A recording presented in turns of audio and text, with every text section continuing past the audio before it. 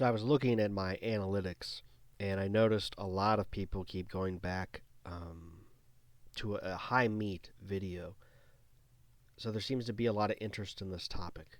So I'm going to make a new video on it that kind of explains everything because I think that's something people are seeking out. High meat is rotten meat, okay? If you don't know what that is, it's rotten meat. Traditionally, it was used by tribes as a way to preserve meats, or they would scavenge meat from animal carcasses that were left out to rot, essentially. The name comes from the uplifting sensation when the meat and bacteria are consumed. So, when meat decomposes, the bacteria are breaking it down, more bacteria proliferate, and when that is consumed, it creates that feeling. It is not a intoxicating type thing. So the name is a bit of a misnomer, I believe, but the only time I've really felt something from high meat was when I ate it with two other fellas. I was giving it to them for the first time, and they also felt something which they determined it was not just a placebo effect, because I was also feeling it as well, and this was meat that I didn't really air out for at least several months, and it was pretty old. So the other times I've had the meat, I didn't notice too much, at least that I can remember. I used to eat like a whole jar of the stuff, you know. Let me find a good. Yeah, so this is like that's about how much I'd eat at a time, which is almost a pound. And it would basically be because I would run out of meat. And I said, oh, I ran out of meat. I don't have any meat. I'll just eat this. Dump it in a bowl, spoon it up, and eat it. I made a couple TikToks with that. So there's a lot of high meat posting I did when I was doing TikTok. And that's when I ate a lot of high meat. I don't have a taste for it anymore. I don't eat high meat. I still have these jars here, which I'll show you as I go through this presentation, but it's not something I have a taste for anymore. And yeah, so that's about it. So how to make it? You're probably wondering. I want to learn how to make it safely. First things first, you need to obtain wide mouth ball jars with metal canning lids. That's very important because I've used the replaceable plastic lids and they do not seal as well. So you need to have these canning lids, the metal ones, and the jar should be wide mouth so you can. It just makes life easier to have wide mouth jars. That's all I got to say about that. Um, the metal canning lids, yeah, very important. If you're fermenting the stuff for many months, I would advise to change the lids because the lids, the enamel will fall off eventually, and you don't want that falling off into your meats. So I'd probably say after like maybe 6 months, change the lid just in case, or rotate it.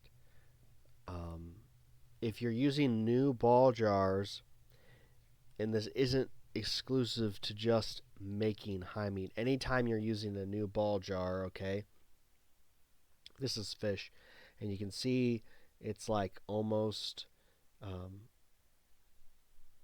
liquid because this is probably 4 years old now, and I'm not going to eat it.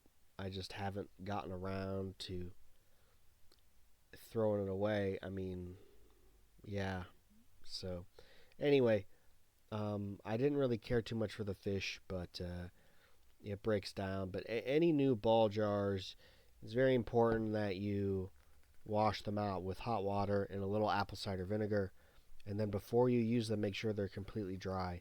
You don't want any leftover water, residues, whatever.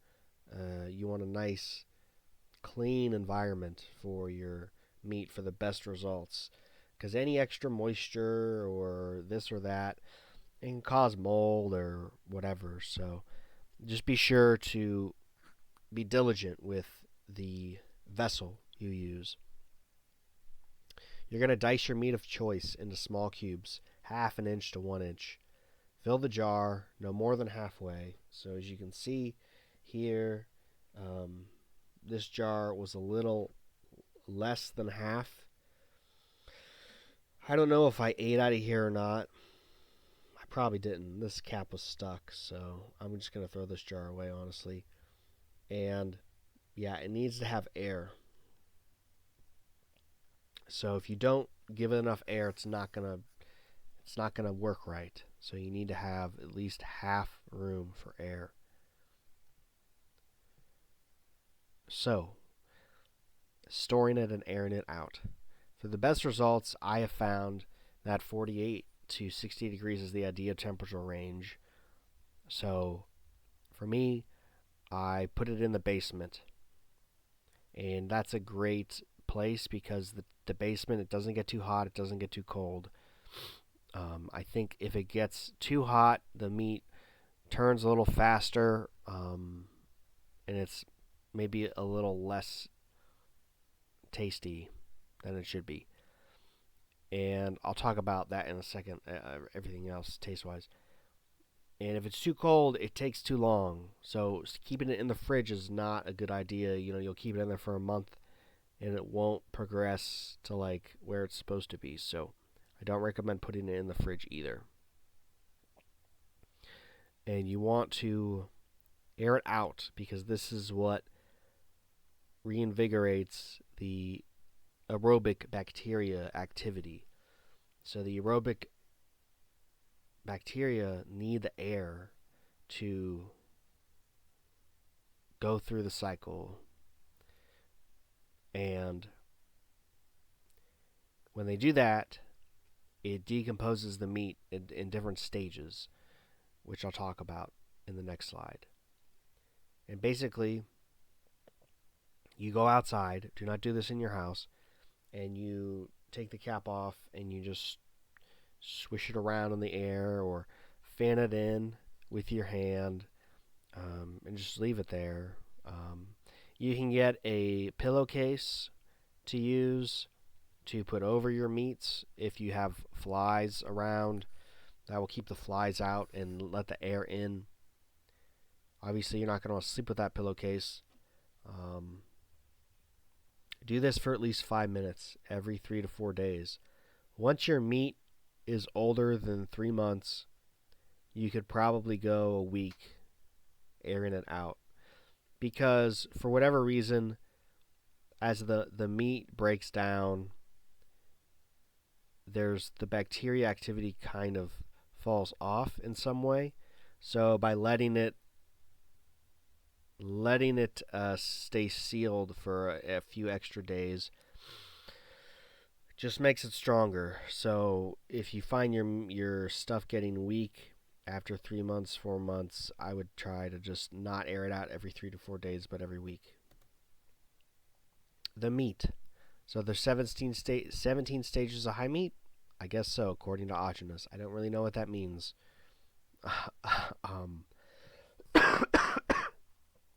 He didn't really document them. He just kind of said that. So whatever. I'm telling you here. The criteria for your meat should be the best possible quality, non-negotiable for glands and organs. So none of the meat should be sprayed because that's going to affect how it ferments, obviously. No injections, no hormones, etc. Especially for the glands and the organs. That's the big one, guys. So if you're doing glands and organs, it's got to be tip-top premium quality, no excuses. Some people say you can't use frozen meat. Well, just like anything in life, you can do a lot of things, right? Should you? I'll explain why here. So, fresh high meat is going to be a little bit more rebuilding, okay? The frozen is going to be a little more detoxifying. For whatever reason, when meat is frozen and then it thaws, the bacteria that proliferate are more detoxifying. So that's what Augenis has said about this. So I'm just telling you, if what fresh, frozen, whatever, that's what Augenis said. You can, we're all big boys and girls here. You can make your own decisions. I've used frozen meat. I've almost exclusively fermented liver because it's the only one that smells and tastes nice. I've done heart, and it was bad. Terrible. I've done regular muscle meat, not on purpose, and it's bad. I don't like it. So I don't do it. But I did ferment a lot of liver. I ate a lot of liver. I never had any detoxification problems from the fresh meat or the frozen meat. Now, my body's different, just like everybody's, so just because that's my experience, it doesn't mean it's going to be your experience, so just proceed with caution. Even if you're doing fresh meat, high meat can be detoxifying for some, even if it's made with fresh meat, so you need to exercise some prudence with that. And if you're worried about that, then be sure to just do the diet for 2 years, right? Just like I say, do the diet for 2 years, focus on the meats and the fats in your juice. Don't worry about this stuff. Unless you have a serious problem with, digestion, constipation, some sort of, depression, the high meat is probably not going to be very necessary for you. I believe that most people won't even feel like a big, the euphoria proclaimed from it, because I feel like a lot of people aren't even that, far gone. So, like I said, there's the Tarzan story, the homicidal, suicidal, landscaper who hated people, and the diet wasn't working for him, and then he just asked about it. He's like, "Oh, can I just eat high meat all the time?" And I just said, "Sure, try it." And then that's the guy. He kept all his meat in the shed, and he had the three model girlfriends all coming to the same Q&A, and he became like just the nicest, funniest guy. So there's that story. Yeah, there's only one of those stories. Okay, so I'm not saying that it can't be helpful for people, but to just take one person's story and say that's, you can see where I'm going with this. So just be realistic about the expectations. Make sure you're taking care of your vessel and the meats you're using. So this is some chicken that is years old, and it's probably dried up a little bit. I'm not going to eat this. I'm going to probably pitch it. Probably just pitch the whole jar. I don't know. Maybe I'll sell it if you want it. You can see a little liver in here.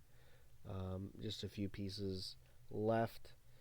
Here's this one.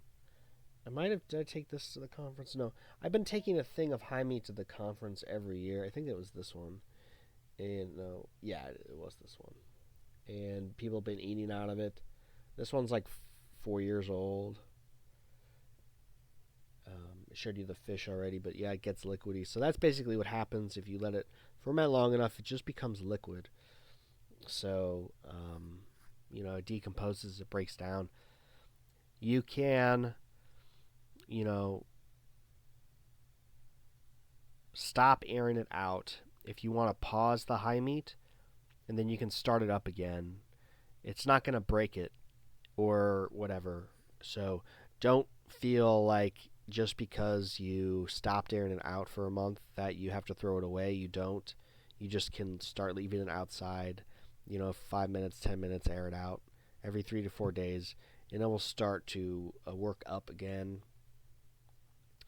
I've done that and eaten from that, and I was fine. It didn't cause any problems. So, just FYI, the the liver, like I said, is the best. I'm not going to eat other types of high meat. I'm not particularly crazy about them. I don't really feel a need to do it. I used to have a hunger for it, now I don't. So, listen to your body. And yeah, that's pretty much it. I do have a video which I'll link here that I show you how I cut it up and put it in the jar. Pretty self-explanatory, guys. It's not hard. Just make sure everything's clean so you're not introducing anything. One thing that some people happens to some people is they get the white. So I found that it's not really a problem, and sometimes it goes away. If you just keep airing it out, it goes away. So I don't really know why it happens. I don't know if it has to do with the type of liver or the temperature, but nothing to worry about. I don't think it's a big problem. It does add a little bit of a flavor to it, though. A little bit of a like a cheesy, spicy flavor. Pretty interesting, but I don't eat this stuff anymore. So, yeah, I've got to do something with these jars. I've just been kind of lazy, honestly. So, some of them I have to pitch, like, because the lid is seized. What am I gonna do? And some of them might be a little too dirty that I can't really like wash out good enough. So, um, yeah. So I mean, I have too many ball jars anyway. I'm looking around here. I've still got like 10, 12. I still have a thing. I mean, over there. I still have like 12 jars if I just throw these away. So not a big deal. The lids might be cooked as well. So we'll see. Maybe I'll keep a few, but I definitely have to throw away like one of them. But it is what it is. So that's like pretty much everything about high meat, I think. Um, just exercise caution. Make sure you're using quality meats, quality vessel, and you shouldn't have any problems. And if you lose the taste for it, don't worry about it. That's pretty normal. I don't have a taste for it now either. So, and different types of meats may appeal to you more than others. So, for instance, I'm not into kidneys. I like the liver. I didn't like the heart. I didn't like the muscle meat. I've tried the chicken. The chicken was I believe it is good for the lungs, though. And these fermented meats, they're helpful for cleaning out whatever gland or organ you're, eating with. So, fermented thyroid, obviously pretty strong. It's going to help your thyroid.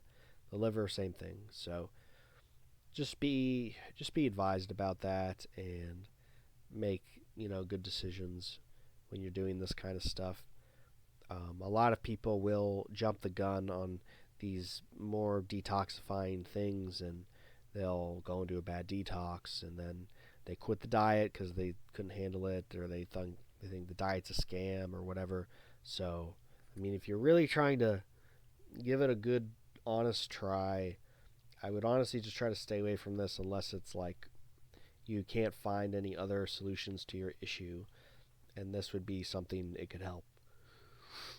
So that's pretty much it for this. If you have questions or comments, leave them below. Like I said, there will be a video about the high meat tutorial I have, which will show you how to do it.